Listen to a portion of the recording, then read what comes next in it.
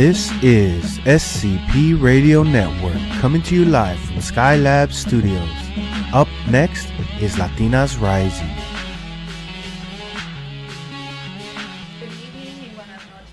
Buenas noches. We are here with Latinas Rising on the air weekly radio talk show.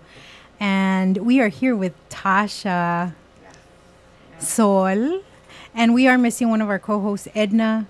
Edna, wherever you are, we miss you. She's probably partying. She's like, yay, I'm off. But we're also here. So this month is Women's History Month. And today, March the 8th, is International Women's Month. That is right. And so I felt it was very, very important to definitely start talking about a lot of the issues that affect women, and in particular, women in public service, because we get missed a lot. You know, we miss the women in the military, women in law enforcement, women in jobs that are like a paramedic and EMT. And we don't really get their stories at times. So I really felt that it was important to start off the month or the 4-part series that we started, which is called the Woman Warrior Series, a 4-part series of women telling their stories in public service, this is the first show. The second show is going to be Women in the Arts. The third show is going to be Women in Politics. And the fourth show, or the fourth episode, is Women in Activism. So today we're here with Sandy and we're here with Valerie, and I'm going to let them introduce themselves. But they were both military. They're both military vets with two entirely different stories. And I know both of them. I know Valerie a little longer, but Valerie is an amazing, amazing woman, and she's an amazing person that's doing a lot of things in the community. I can't even remember all of the things that you do, Valerie, because you do a lot. And Sandy, I actually met through Valerie. And she said, man, you need to meet this Latina woman. She's amazing. And we actually first met with that show that we did, or that event that we did in with Latinas Rising, the mental health panel that we did over in Dionisio Winery. And all of the ladies' stories were amazing that day. But Sandy, man, you had a really, it was impactful. It was really impactful. And so I just, being former law enforcement, I felt like military law enforcement, women in public service were really forgotten. I think the culture of military law enforcement, we're kind of taught not to brag about ourselves, not to no te creas mucho, because that's your job, to be a hero. And so I really felt like I needed to start with these women in these type of fields, because their stories are really important, and we can learn a lot from these stories, and we don't hear these stories that much. Again, because about activism that I think the 4th-part series will be on. Yes, fourth part. And I just want to say that the work that Valerie and Sandy are doing is activism, and everything that we do, the moment that we plant our feet and go and present ourselves at our job, or even in the military, that's a form of activism. And so I know Valerie from at least, I met her through US Vets, and she's like the great Oz of resources. And so that's one thing that if you had a question and you needed something figured out as far as how to connect someone with the resource, Valerie is the go-to person. And she's always willing to help. It's, as long as I know her, I've never heard her say no. Or, you know what, it's typically, if I don't have that, I'm going to figure it out. And I'm thankful for you ladies to be here, and I'm excited for everyone else to hear how you have contributed to breaking that glass ceiling, and just keep on breaking through it. And you have done amazing work. And I think tonight when they hear how great you are, And listeners, if you have any questions from our our guest co-host, please let us know, and we'll do our best to ask during the show. And so, Sandy, tell us a little bit about yourself. Good evening, buenas noches. My name is Sandy Lena Cuendo, and I'm from Puerto Rico. Hey, Boricua. De pura cepa. I was in the Army for 11 years. I retired as a staff sergeant in January of 2013, and after 3 combat tours to Iraq. And I am grateful for this opportunity because, as mentioned, women in public service are hitting at plain sight. They often overlook us because we don't fit the criteria, but I'm still confused and trying to find what that criteria is. When I'm told, oh, you're a woman veteran, you don't look like a woman veteran. So what is a woman veteran supposed to look like? We all wear different hats. We're professionals. We're mothers. We're wives, daughters, sisters. And we're expected to be proficient and experts in everything we do. Yes. And sometimes, or often, we give ourselves to everything, but we tend to forget about us, about self.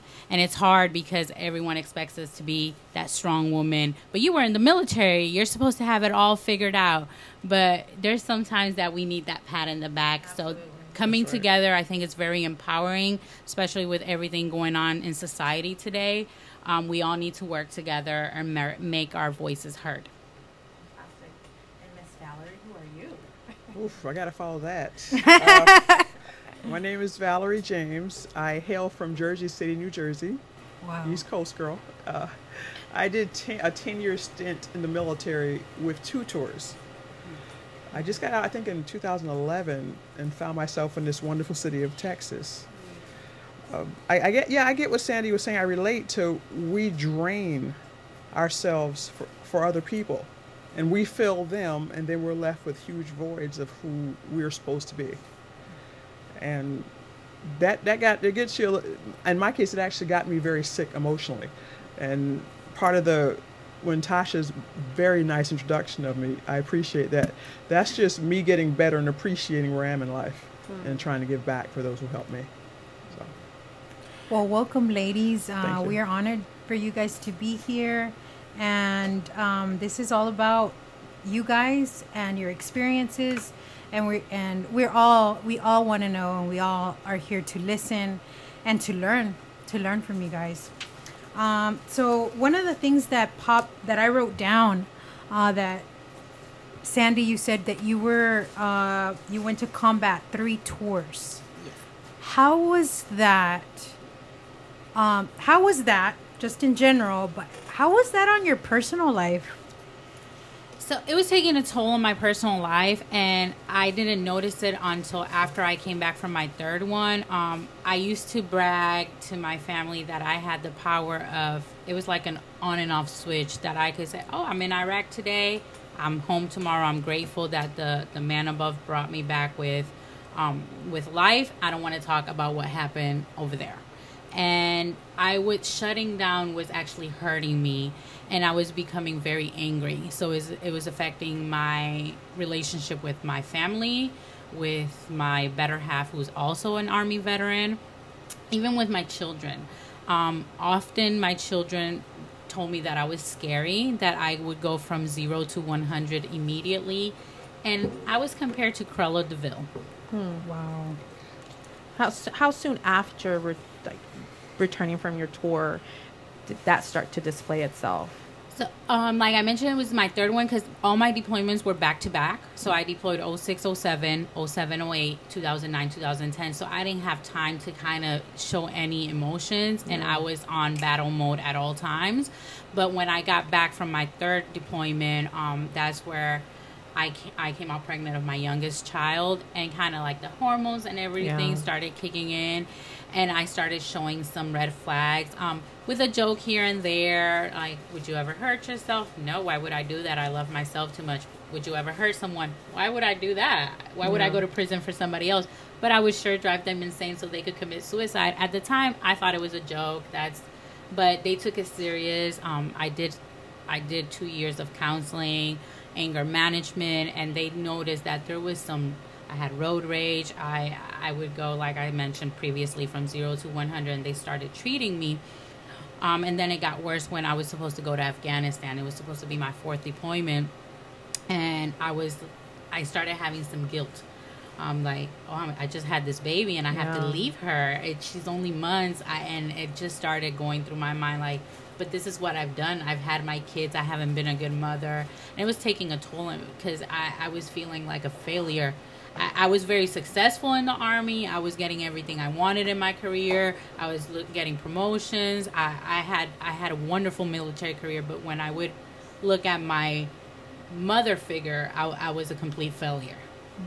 And so was there a diagnosis at the time during the transition of getting counseling? At first, they didn't want to diagnose me with PTSD because they're like, we don't know if it's the pregnancy or whatnot. Okay. And I refused medication because I didn't want to hurt my unborn child. Yeah. But so they kind of treated me depressed, just hormones. But after I had my daughter, they did diagnose me with chronic PTSD. I had major depression, panic attacks, and that's when I started my medical board. So how helpful, maybe in hindsight now, therapy? Because a lot of times, I mean, even me as a therapist, I'm Latina and African American, like, we don't do therapy, right? And so, and then the idea that others know that I'm struggling. And then the idea that others know that I'm struggling I'm a mommy. So that mommy guilt of I can do it all, and why now? Why now? In hindsight, was it beneficial? It was, but I couldn't do the group one. So I shut down when I did group therapy, and I actually became more angry because I would have soldiers that were fresh in the military, and I'm like, you have nothing to complain about. Like, you've had it. You haven't even been downrange. You haven't got dirt in your boots. So it would get me more angry and more anxious. So they actually realized that I needed a one-on-one, and I got a really nice social worker, and he worked with me, and we would do coping therapy, and that actually worked and improved my situation. Yeah. Okay. So something that stood out was there's this loss of being able to feel empathy, right? And I see that a lot in law enforcement too. And I think it's because of that trauma. With us, it's more vicarious, where we're absorbing that trauma when we go out to the scenes, and our careers tend to be a little longer. People do 20, 30 years, but I see that type of change in personality where police officers, they become, they can't empathize, like they can't understand, and we get the same thing. The younger ones will, why would you haven't even been out on the street for 3 years. You're what do you mean you're stressed out or this or that? And I think that's a symptom of PTSD. And as women, because we have all these other things like going on, or doctors may feel like, oh, well, there's maybe misdiagnosis because there's so many other things like, oh, well, maybe it's hormones, or maybe you're going through your, PMS and this and that. Yeah. And they don't realize that it is PTSD, And we're taught that as women. We're taught to absorb. We're everybody's sounding board. We're the person who does the cooking. We're the one who does the cleaning. We take care of there's nothing in the recipe for being a woman that has to do with that helps the woman. So does military reinforce that already, that's already innate in us? Well, in my case, or some, meaning because you take care of everybody else, right? I mean, help me understand. Yeah, so sure. I mean, I was a psychiatric counselor. My job was to take on everybody else's pain and sick pain, and then and take it all in and then give nothing back. You can sit there, you give nothing of yourself. That destroyed me because I moved away from my family when I lived in Maryland, and it left me homeless twice because I just kept throwing myself away and living on the street. It wasn't like I lost everything. I just didn't want anything or to be near people. So yeah, I get it. You like become like this live wire, but that's what's inside. Outside, you can't understand anybody else's feeling or emotion because you're drowning in your own. Yeah. And the military, unfortunately, has not figured it out. So as far as opening new opportunities for the women, yes, we're grateful for that, but kind of dealing with how we're wired. Some men are still in that machista mentality, so they don't give you credit for being a woman. And then for other things, you're expected to be the same as a man. For example, I had a C-section, and 5 weeks later, I had to be back working, doing push-ups, sit-ups, and expected to pass a physical fitness test, because if not, you get a negative counseling because you can't pass a physical fitness test. But my body's healing. I just had a C-section. Mm. I mean, that is so profound, because many women day in and day out do that. I am still trying to heal from whatever is happening, but we have to show up, right? And I think you said it so well, that I'm drowning in my emotions, but I gotta show up. I gotta take care. And military, I mean, that was your life. That's your career, right? And for many of us, when we have a career, we do push certain things aside, doing the health care, doing the emotional care. And here, if I recall, your ranking was pretty high. You were sergeant, right?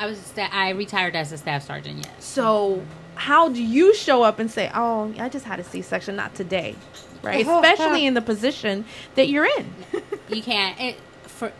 And that's something, maybe being a Latina, being a woman, I was proud for. So I'm going to run as fast as my soldiers. I'm going to push them. I'm going to qualify better, because I don't want nobody saying, oh, she got there because she's a woman, or because she's pretty, or because she's Latina. I want them to know that I earned it. I qualified with my weapon, and I would qualify. I would go to any school. I would qualify with every weapon. So I qualify with 9mm, the Mark 19s, grenade launchers, everything, so I could stay relevant and keep my competitive advantage. And I was always an overachiever, came out Soldier of the Month, because of that pride. I wanted to show, like, I could do this. I carried the guide on and was one of the best runners in my company, and would always be very competitive with my husband. Did y'all meet? We met in the Army, yes. Okay. All right. And so, you talked about being, very competitive, but you also talked about how you got it because you have a pretty smile. Was that very common for y'all to go through the experience, that just because they may like you a little better because you have pretty eyes? I mean, it's not. I got really fast is being in charge of the psychiatric ward. And I worked there. I ended up we have like 45 beds. It was a lot psychiatric unit, by the way. A lot of high tension stress. And I think even though I had people who outranked me, males, I was put in charge of them, because in that instance, you can't take a position on because of your gender or someone favors you, because someone can get killed. Yeah, absolutely. And that was military, right? That you were working with that other. Was military. Yeah. And how long did you do that? I did it for 7 years, and it's very rare to have a locked psychiatric unit with active duty military. Why is that? Because even the VA here, it works with veterans, and the catch and release. Walter Reed was a huge training hospital, and like I said, I still right now there in Germany. Well, that's the only two places I've seen that they actually you come and you can be kept and you're there for months getting better. Wow. I mean, bipolar, schizophrenic, military people taken off the line and brought to get because they cracked. Yeah. So that was more of you had no choice but to be the best. So I unfortunately experienced it from day one, from when I went to Fort Jackson, South Carolina for training. Straight una jibarita, got in my plane from San Juan, Puerto Rico to go to Fort Jackson, South Carolina. And I get there and it's like all eyes on me. So I've always okay, I look a little bit different, yes. So I don't fit a particular box, right? And people are like, what are you? Where are you from? Your English sounds different. Annoys me. I get that all the time. You have a thick accent. So why do you talk like that? Yeah. And then I tend to say things backwards. I tell people I think in Spanish, and while I'm speaking, I'm constantly in that battle that I'm translating everything in my head. So often I say things backwards.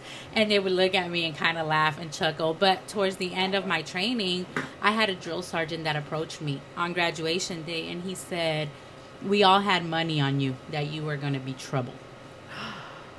Oh. And I said, what do you mean, drill sergeant? And he said, we thought we were going to have to fraternize. And I'm like, why? Like, this is not the place to shop for a boyfriend. Like, this is basic training. I don't want none of these dudes. And he's like, well, thank you, but those were our perception of. And I was like, wow, that's a bad perception to have of Latinas of my kind. Yes. So what made, and this is going to be the question for both of you, go into the military? Whoever wants to go first. I went to the military because in between New York and New Jersey, your chances of being killed were about 100% before you were 15 years old.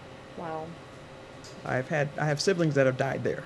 So mine is time. I'm not going to stay here stepping over bodies going to school. Yeah. So I got to get out of here. I think I had surrounded by more guns and gunplay growing up than I was in Afghanistan. Wow. Okay. And where's this place again? That was back then, right? Okay. I just wanted to thank Bernard Valdez, Jesse, Anthony Saldaña, and Jesus Gonzalez for listening. Thank you guys, and I hope some more ladies pop in to listen. But something that caught my attention was, as women, as Latina women, it's kind of like even more ingrained in us to not, complain and to take care of a team type of environment. Like with us, it's the family. So family is very important. We don't leave anybody behind. If we're going to the water park, like, everybody has to come. Tu hermano y tu hermana. You gotta take everybody. Right? And so, like, when you were describing the culture, it was like almost the same thing. Back to you can't really take all the credit, for, like, let's say you did something good out in the field, because you have this whole team, and as Latina women, we're told that we have to take the back seat, but we still have to take care of business, a lot of business, like a lot of side businesses. So that really impressed me, and it reminded me, and it connects with the paramilitary culture of law enforcement too. It's the same thing. And we were talking before the show how it's 14% women in the military. I think that was a 2011 figure. But for women in law enforcement, it's 12% nationally. So we're kind of like head to head there, as far as the amount of women in the military and law enforcement. And then you were saying about combat. How was that? So I was a truck driver. I drove 18-wheelers. So it tends to be a little bit rough, especially when you're doing missions in the middle of the night and there's not a restroom, a sanitary restroom. So I learned a couple tricks here and there where you have to cut the neck of a bottle to be able to use the restroom while you're in the road, because you're in the middle of the road. You can't get out of the truck and say, like, excuse me, I need to go to the ladies' room. Yeah. So you gotta be strong. You gotta be strong-willed. I did missions that lasted 21 days in the middle of Baghdad. Wow. So having to shower with just bottles of water, and you're just finding a little corner to keep somewhat of good hygiene.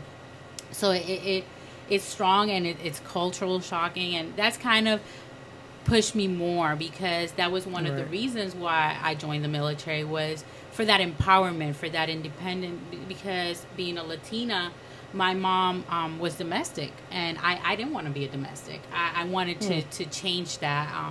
I had a rough background growing up, and I was like, this is not going to be me. I'm going to break that cycle. I'm not going to be that status quo.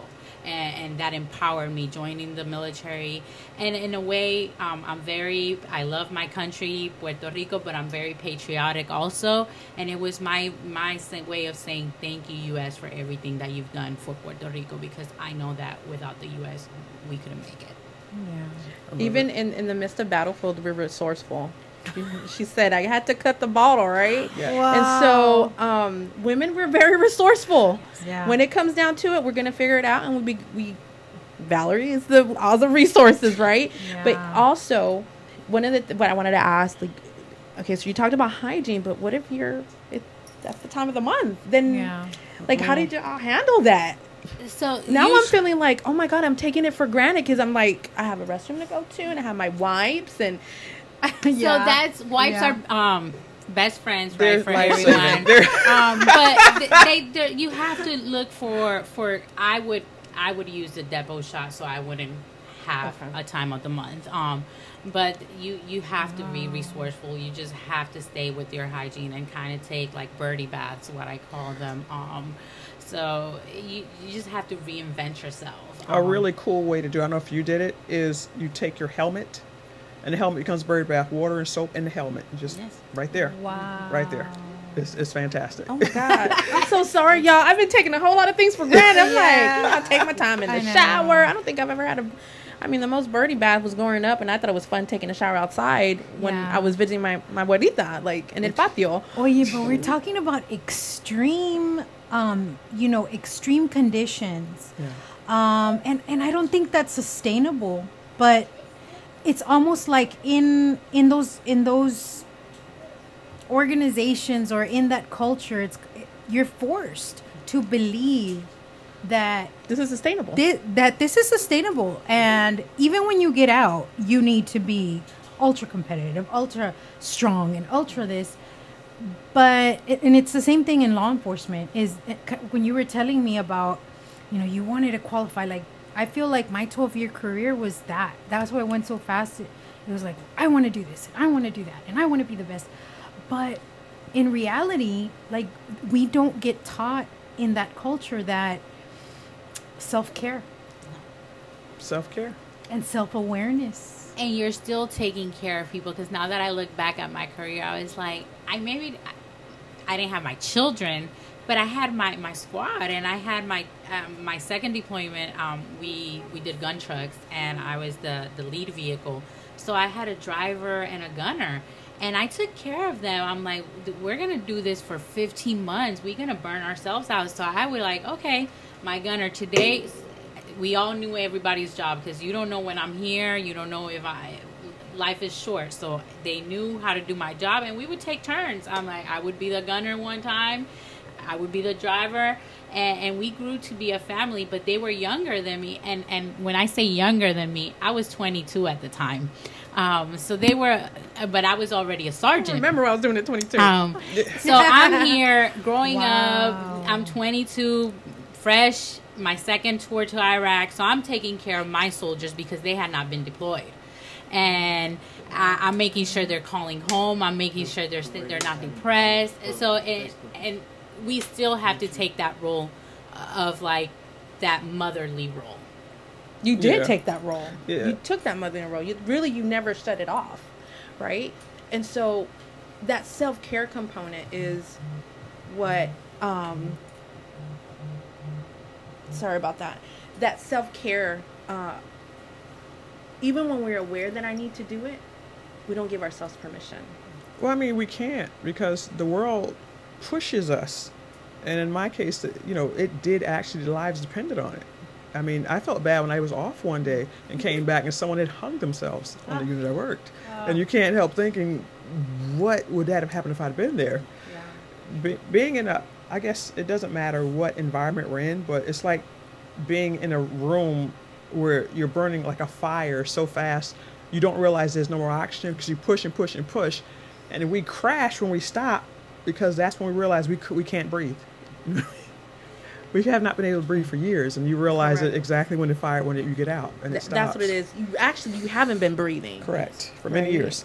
And what did it take for you to get to that realization?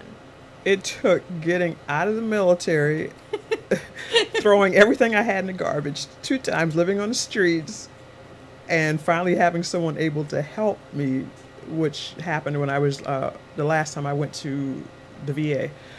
And then I realized that the resource person you saying I am is because I've used the resources on the streets. So when you're, and you know, that's the thing that's coming to my mind is that it's okay, and to be okay with, you know what, you're right, I do need help. Mm-hmm. Yeah. And that's self-care. Mm-hmm. And we're not okay with it. You have to realize that I am sick, like Sandy was saying. Mm-hmm. I am sick, and I do need help.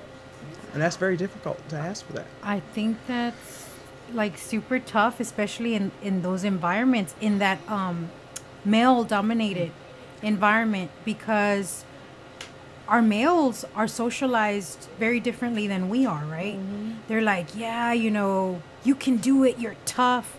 So all of that stuff, when you come in and a woman is a minority, it's like, hey, you got to toughen up. You know, we don't have any of this other stuff here. You have to be like this. And even though, you know, if we look at how we socialize boys, that's why you have a lot of the anger. And you could probably talk a little bit more about this anger management. Why do men have more violent episodes than women, where they're using violence more than women, right? I mean, there's 2 things that run in my head, but we have society, right, that reinforces those that boys do this way. You fall and you scratched your knee, get up, you're okay, be a big boy, right? You don't show emotion. No, you're okay, suck it up.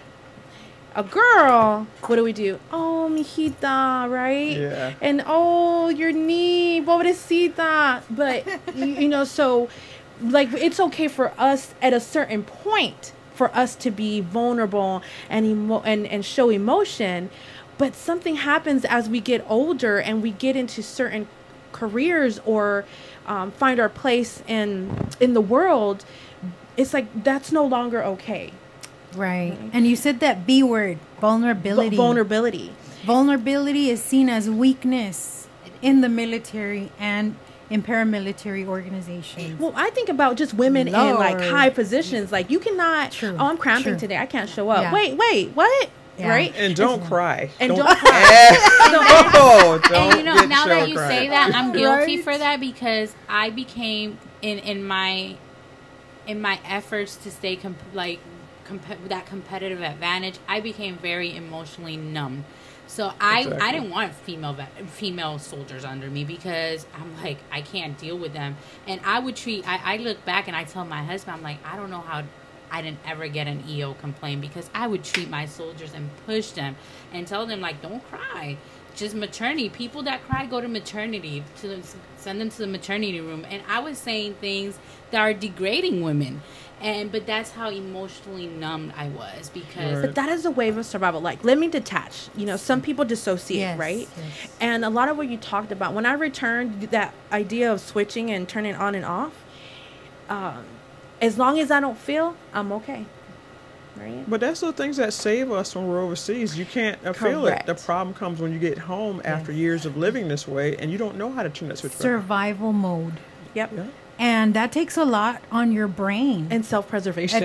And that's trauma on your brain. Because a lot of these things like hypervigilance, what you said, life is short, that is another way of thinking it's almost connects to PTSD, the way that we see life. Like, any day now, which connects back to hypervigilance, being desensitized, like not showing emotion. Well, what happens when you don't show emotion? Can you explain that, like, as far as what happens to us when a human being cannot show emotion? So I just want to, Valerie said a very good point.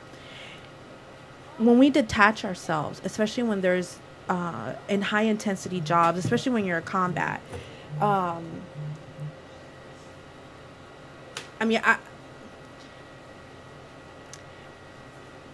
In order to survive the trauma, dissociation is a positive, but it's also a negative, right? But a positive component of it, I was able to get home. I was able to make it back after 3 tours.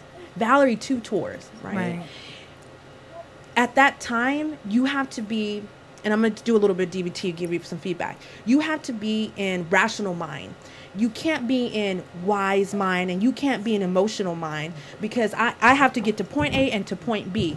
My emotions right now cannot get in the way, because I'm responsible for people's lives, and I'm responsible to complete this mission, right? Then, but how do you turn that off, right? You come home and you're still working at, I'm trying to complete this mission, right? Back home, how do I face how difficult it was? How do I even transition, right? How do I go from being sergeant, being soldier, then to mommy, right? That's going to require some emotions that make me feel really, ooh, like, do I really have to be nice, right? Right? Very And so, just want to cover that there's positives, and I think about people that have been sexually assaulted or raped. In that moment, when they dissociate, that's the way to survive that horrible event, right? That trauma. Now, when we're detached, we think that we're detached, but it's showing itself in our lives, interpersonally, with our relationships. You give great examples how you probably thought everything was fine, but you're probably irritable. Yeah. Agitated. Right. Certain sounds probably send you into like defensive mode. Right. And so life is interrupted, but you're so deep in it that you're really not aware in a middle path, and you're not aware, but it is affecting your day to day, right? And that's what happens. It starts to affect you, how you interact with others, even finding serenity. Right. It's just, but it can go 2 ways. Connecting, bonding, and you are hypervigilant, hyper-focused, hypersensitive. And it sounds like you were showing like very classic signs of PTSD. But I can see why they were very cautious, because we don't want to just throw, PTSD for you and you and you, right? And you don't want to have that label in the military. That's another thing. Law enforcement, same thing. You can't talk about, it's almost like being Latina. Like you cannot, mental illness doesn't exist. So speak on that. Tell me about that. So like, and you did say something which I'm grateful that I was that way, because especially with my second deployment, I drove my first 2 deployments. My second one, I think that one drove me crazier, because I was in a secret room for 14 plus hours pushing out air missions. But especially my second one, where I knew that I had these 2, I'm 22, I have 2 kids at home, and I have 2 kids with me in a vehicle, and I'm in charge of a whole convoy. I'm the lead vehicle. So anything that I take a wrong route, I needed to know all them routes in Iraq. So it was a lot of pressure. And every day I'm like, I'm going to take these people back. Not so much, it didn't come to the point where I'm going to go back to my kids, but it was, I'm going to bring them back. I'm going to bring this mission back. Wow. And I was always and that came back with me. What's that on the road? What am I going down the right? Why are they following me? And I was on paranoid mode at all times. But it helped me. I survived 100+ missions, and thank goodness we didn't lose anybody. I had a little incident where I rolled over, but other than that, I'm here. I made it. So that was my main point. But then looking back, it's like, how do I ask for help? Because I don't want to have that label. I don't want people to say, oh, she's weak. Like, she's fragile. She came back broke. Yeah. And I didn't want to. Yeah. And I would stay away, and I was like, no, I'm okay. Send me to Afghanistan. Do I need to go to Afghanistan? Send me to Afghanistan. But let me enjoy my daughter. That was my only thing. And see, one of the things that I've struggled with is this idea that the military is the poster child for PTSD. No. If you ask people about PTSD, they're like, oh, military. No. PTSD can happen to someone that was never in the military, that has no combat. Right. And that's when I just remember all of a sudden there was this push and soldiers coming back and PTSD and, this huge support, but you kind of reinforcing certain stigmas, right? Like mental health happens across the board. Right. It doesn't have it's not gender bias. It's not socioeconomic bias. It happens to anyone and everyone, right?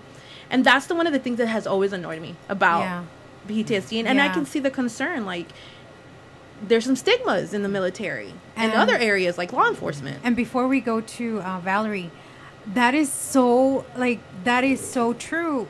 Sexual assault, child abuse, yes, ma'am, domestic violence, all of those, what you're talking about is traumas. You know, when you're going to law enforcement, if you're in a shooting, but the vicarious trauma, the everyday little things that you have to deal with, we don't talk about that. And most of the research, like you said, is focused on the military, and the research is coming from the military, right? And I think it takes a little bit of time, you know, for people to accept and to accept that research and to accept that trauma can happen to everybody. Yep. And a lot of the PTSD, what is it called? CPT, like cognitive processing therapy. It can work in different people that have not been in the military or in law enforcement. Yeah. And I think that's missing. I really believe that that's missing. Actually, it's an underdiagnosis. True. PTSD in the like women of color in our communities. I believe it's really underdiagnosed. And so I just wanted to say thank you to Marciano Lopez for joining us, Patrick Lamont, Patrick, I'm going to just call him Patrick, Ana Valenzuela Feliz, thank you for logging on, Wendell James, Edna's listening, and Jesus and Jesse, and I already said Bernard. So I have a few. I have Annette Rojas. Hello, my dear friend. Blanca Beltran. I think it's a few. Aide Sierra was also watching us as well. Thank you. So thank you for watching and supporting Latinas Rising. Valerie, I want to see if you can expand on how did it happen when you got out of the military that you became homeless? Can you talk a little bit about that? What processes did you go through? A lot of people, we know that of the problem of like vets coming home and ending up homeless, but what happens between then and, you know, what happens in the middle? That's where like we're lacking information. What? By the way, you're both making beautiful points. I mean, we have the stories, but thank you for being the cement in between them. Y'all doing a great job. Thank you. Thank you. So, you know, but I just want to say there is a place for our hypervigilance and our ability to disassociate. I had a dear friend come out and tell me outside on vacation that her son, she believes he had a heart attack. She stayed outside, which made me know something terrible had happened. So I ran in there. He had a heart attack the night before he was dead. The coroner was not able to move him, so I literally had to relocate bones to get him up off the floor and get him on the stretcher. To this day, I have no real emotion towards that. So, I mean, there's a place for it. It's not a healthy place, but it comes in handy. Mm-hmm. But you did have a question about the unhealthy aspect of it. And what happened was I got home. When you're home, the family expects you to be who left. Yeah. And when you're staring at them, when you're in an environment of peace, when you've been in an environment of chaos for so long, the environment of peace is a dream, even if you're standing in it. Wow. So I'm standing in a dream and wondering who is dying because I'm not overseas anymore, or who's dying, who's gonna hang himself on a psych ward because I'm not there again anymore. And the family, the more happiness they show, the more kind of annoying it is, and you feel shameful for being in the middle of all this posh now and luxury. So I just and they didn't know who I was anymore, and you don't want to hurt them, but it becomes hurtful that they're expecting this person that's not there. It's almost, it's not right. So you just kind of and we're used to camping. That's what people don't get about homeless. Like, why would you go homeless? We're very used to being on our own on the street or in Afghanistan. So when we throw our stuff away and just go on the street and live, that is normal for us. because you're already off the grid, right? And then you're off the grid for so long. I mean, 2 tours, 3 tours. And we're taught to be off about the like grid. 18, like how many months? My first tour was 14, 15, and then 9 months. And then your Yeah, 2 were... both under a year, about a year at. Okay. So you go off the grid. Off the grid and having a good time, enjoying it. You have to make sure no one's going to rape you. That's a big concern. Yeah. But you can scrounge in places to eat. You got to find a place to, sleep on the ground. We've slept on the ground. Right. That was nothing new, huh? It was nothing new at all. It was nothing new, other than hope not being assaulted, or and just making sure you're able to get a place to eat and grab some showers. But surviving is what we do. So were you homeless in Houston, or? I was homeless in Houston, and before that, I was homeless in like Silver Spring, Maryland, near DC, Maryland. It sounded like she was in her comfort zone. Mm-hmm.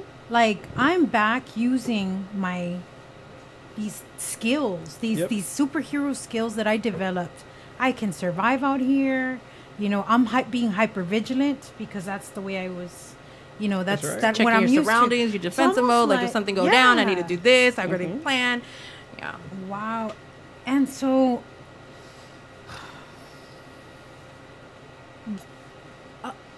did you meet other people out there?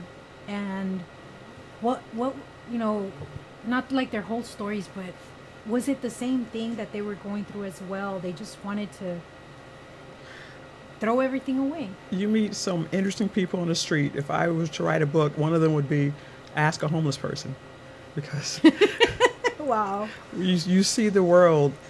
You're invisible. People walk past you. They don't want to see you because to them it represents some kind of horror. People don't look at you. I get noticed so much now, but the same person, same height, same everything, I was invisible on the street. People just don't want to see it happen. And you get to talk about what you're watching. It's like being in a room and you're literally invisible, and you're watching everything happen around you, and it's like a TV that you're in the center of, but no one cares that you're there, or they care, but there's literally such a purposeful act to ignore it looking at you. The people I spoke to were people who lost everything from a storm, or they lost everything. They got involved in drugs, or women who unfortunately their only job in life was to be a mom. And when hubby cheated on them or something, they're on the street. Sometimes I've been with women who had children with them on the street. Wow. Yeah, just a lot of, but different stories. but the chaos I would see and witness, it hurt. But I'm used to hurtful chaos because you're in the military or law enforcement. Right. That's the norm. So. But you ladies are doing some amazing things now. Like, I always think about the pot of gold at the end of the rainbow, right? And for some, it may be like, oh, that's not realistic. But recovery is so realistic. And every person that we've had here so far has been that example. Regardless if you're Latina, African American, women in recovery. Right. And so what great things are you doing now? Like, Valerie, I think since I've met you, you actually graduated, right? With how many degrees? University. No. University of Houston downtown, right? Yeah. Wow. Woo! Hey, Yeah. Our alma mater. Shout out. Awesome.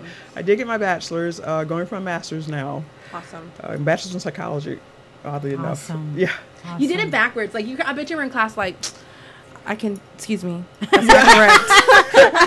Based on in my experience. That's another thing with the military, the translation of what we do, because I was so mad when I got out. I did it 7 years, and I said, all right, I'm ready, let's be a counselor. I said, oh no, you're not a counselor without paperwork. I'm like, who's a counselor? That one over there who did it 4 years. I'm like, that's a counselor? Wow. I had a grudge, but then I got into, it's growth. You go into school and you start hearing things like philosophy and Aristotle, and it's just Euripides, and you learn. And education is knowledge, and knowledge power. Absolutely. Yes. So there was growth there, and I now appreciate the experience enough to go for the master's now. Fantastic. So homeless to masters will soon happen. And just tell us a little bit about the program that you are running, the peer mentor program, and how can people get involved if they want to help? That's my heart. So it's the Military Veteran Peer Network. I work for Mental Health America Greater Houston.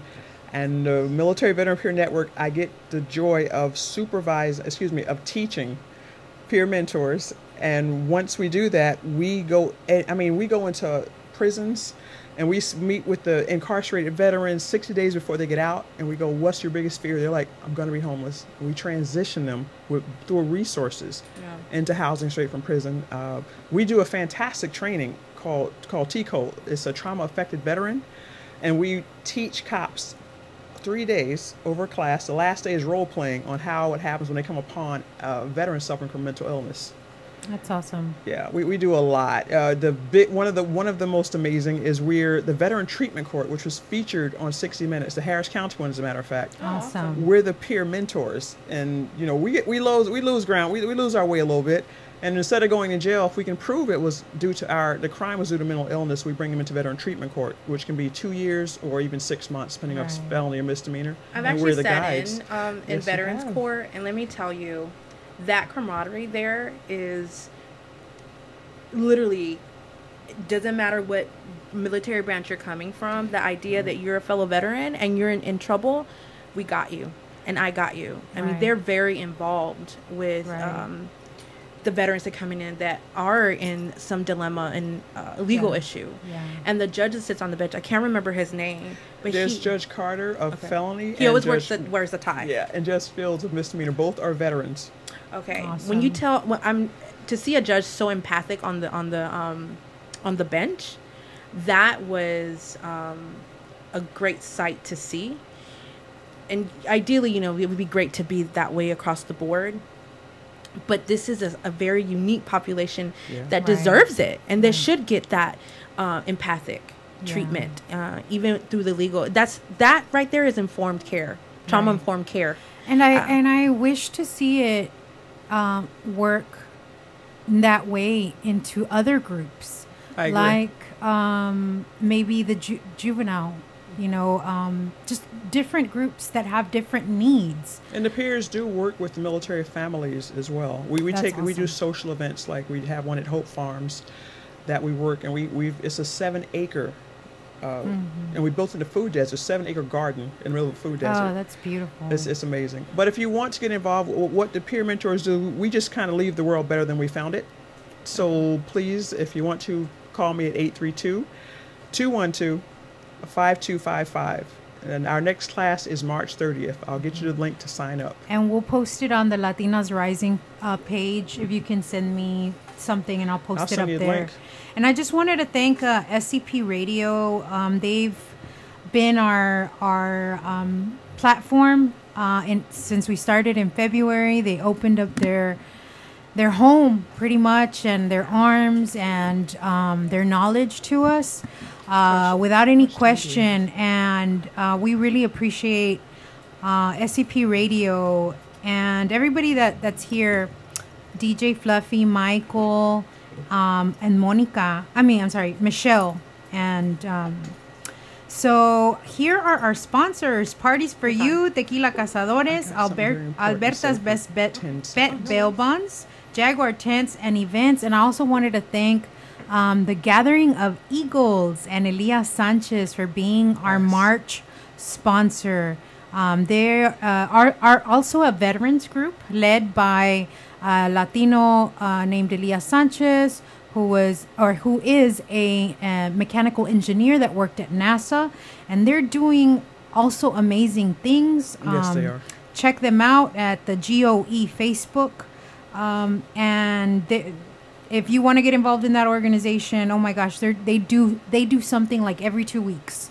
And so I wanted to thank everybody that popped in to listen, and we have a few more minutes, so I don't know. Miss Sandy, tell us. I know Valerie had something really quickly, and then what work are you doing as we speak? So I decided to take my PTSD diagnosis, and take it to the next level. I'm getting ready to graduate with my MBA with an emphasis in management and leadership in May. Awesome. And I am a housing counselor working with the underserved population, helping them become first-time home buyers. I am able to help anyone in Harris County, Montgomery, Fort Bend, or any other county near us. So if you're interested in becoming a homeowner and using down payment assistance, please call me at 713-674-0175. I am with the 5th Ward Community Redevelopment Corporation, and we are creating a community of choice. Fantastic. Oh, one thing, and I just remembered. For the ladies that are listening, PTSD, mental health, mental illness, depression, it can all be healed.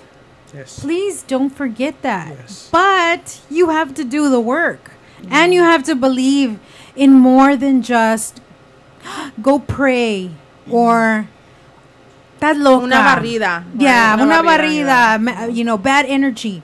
Like, we really need to start believing and using resources. Yes. And that is one resource. No, you don't have to go into, you know, medication. Again, the Latino community, we hate medication. We don't trust medicine. I don't know why. But for all the ladies and the men that are listening out there, you can be healed from this. You can work through PTSD. You can work through depression. You have to go to therapy. I just know that this can be healed. You can heal. This is not the end. No. Your diagnosis is not the end. I have a quote that I love saying is PTSD is something I have, is not who I am. And it doesn't define my purpose in life. And I'm not going to let it take over me. So take control of your PTSD. And don't be ashamed. Embrace it. Scars that come with life. Yeah. Yes. Scars too beautiful. Right? Yes. Scars too. Can you play that song? That is the anthem, Latinas Rising Anthem. So Valerie has something really quickly to share.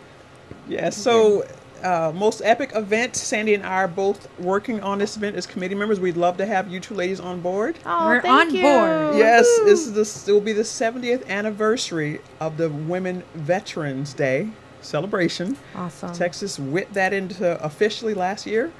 And awesome. It's going to be epic and amazing. We have photo shoots, we have fashion shows, we have education set up at the Texas Women University. It's just about bringing awareness that we serve too. Me too. We also put the uniform on. Yes. Yeah. And we also want to just bring, it's okay to educate you on who we are. We also want to party it out at the end. Yes. And so I've been to one of the conferences. I felt kind of left out because, they start saying, well, what branch? And they go by the branches and they do their call, right? And I was like, oh. No. Me, myself, and I. Right? But, the Quran, it's like there's so much pride in that room. Yeah. It's amazing. Yeah. And it was really refreshing and really great to see all these great women just to kind of celebrate each other, but also their branches. So it was pretty cool. It was pretty cool. We would love y'all on board, though. It's with Catholic Charities. You have our full support and whatever we can do, we're on it. It's a girl power. Bring the light to the women because everywhere I go, being that my husband is a veteran, it's like, oh, ma'am, thank you for being by him. No, I am the veteran. I'm the retired. I outranked him. Hey, so but you know what? I'm thinking about beast mode. I don't know why that word. Right? That makes us happy. Women created that beast mode. Yeah. Yes. Men are just following up, like catching up with beast mode. We've been working in beast mode for a very long time. Y'all are just kind of late, but we celebrate our men too. Right? Yeah. But we have to celebrate our women. Yeah. And this is the platform. Yeah, we have to uplift our women. Exactly. And it's not to say that we're going to step on men, because men are part of our families. Absolutely. They're part of who we are. They belong here. We just need to be equal. and I'm thinking paid. about they love us even when in our brokenness. Yes. And support us in our brokenness. Yes. Because my husband can tell when I'm a little broken a certain day. Mm-hmm. Yes. No one else can tell, but he can. Yeah. And that's another show, about men and how they display PTSD, how they also get depressed, they're also stressed. So that's for another time. Absolutely. But part 2 of the Woman Warrior series is next Thursday. We will be in spring break. It's the Artistas poets. We're talking to from Señorita Cinema. These two beautiful ladies, they make movies, they make films. And so we're going to be talking to them. I'll post all the information on the Facebook page. And again, thank you guys for being here in, our very baby project, which is Latinas Rising, that first started off with like, hey, let's put these stories together. And then it just evolved into, man, we're talking about mental health for Latinas. Right. Wait, we're talking about mental health for women of color. Wait, it's everybody. Women and men. And so we just want to say thank you for everybody that has supported us, Gathering of Eagles, who has sponsored and made this show a reality with their funds. And thank you, and we'll see you all next Thursday. Blessings. Buenas noches. Buenas noches. Buenas noches. Buenas noches.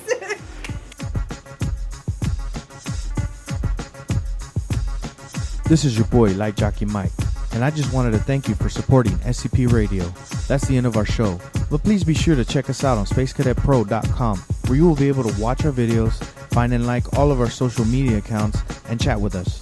While you are there, click on the radio tab, where you will be able to see the show schedule and all of the different ways to reach us. You can also listen to us from there if you are on a PC or laptop. Thanks again, and remember, we are the future in entertainment.